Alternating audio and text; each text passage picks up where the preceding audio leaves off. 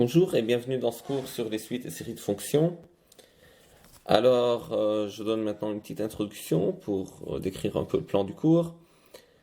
Ce cours va se composer essentiellement de trois parties. Donc, la première partie concerne les suites de fonctions. Et donc, dans cette partie, on va définir la notion de suite de fonctions et des notions de convergence pour les suites de fonctions.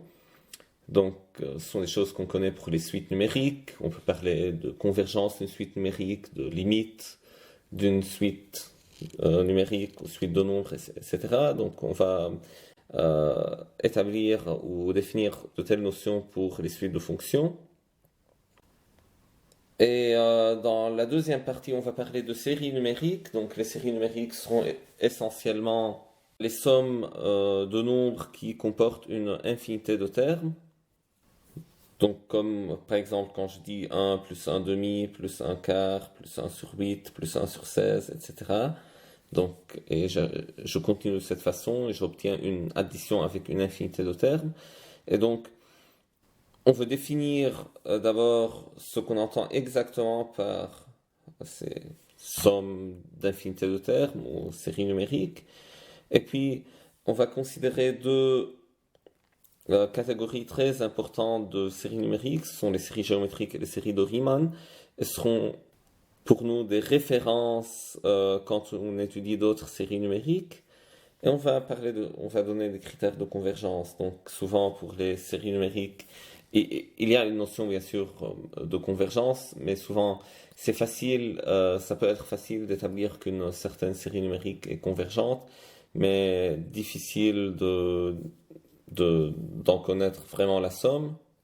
Et donc, on va donner des critères comme par exemple le critère d'Alembert, qui essentiellement nous permet de déterminer la convergence ou non d'une série numérique en la comparant à une série géométrique. Ou parfois, on fait un développement limité et on compare une série à une série de Riemann. Et sur cette base-là aussi, on pourra déterminer si notre série est convergente. La troisième partie du cours sera les séries de fonctions. Donc on va dans cette partie utiliser ce qu'on a appris dans les deux premières parties. Donc les séries de fonctions sont les sommes d'une infinité de fonctions.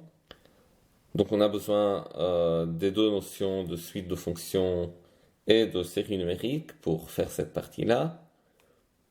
On va alors donner les définitions, donner quelques propriétés, donner des exemples. Donc des exemples de séries entières et de séries de Fourier.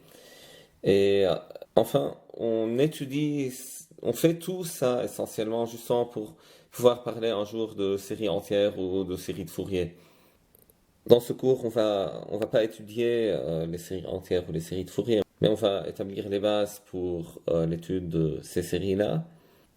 Donc, ce cours qu'on est en train de faire ici, ce serait essentiellement, si vous voulez, un prérequis, si vous voulez, pour les séries entières ou les séries de Fourier.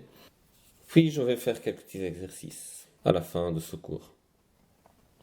Pour bien pouvoir profiter de ce cours, à mon avis, c'est toujours une bonne idée de prendre des notes, donc de rédiger un peu ce que vous êtes en train d'apprendre dans ce cours. Donc c'est pas la peine peut-être de tout rédiger, mais du moins de quelques euh, petites notes pour pouvoir mieux vous orienter dans les vidéos. Et puis dans ce cours, il y aura des petites questions. Donc à chaque fois qu'il y a une question, je vous conseille d'arrêter la vidéo et de réfléchir à la question et penser à une réponse avant de voir les réponses. Et de même pour les exercices, parfois ça peut être facile aussi de réfléchir aux exercices avant de regarder les solutions. Donc j'espère que ce cours vous sera utile et va vous aider un peu.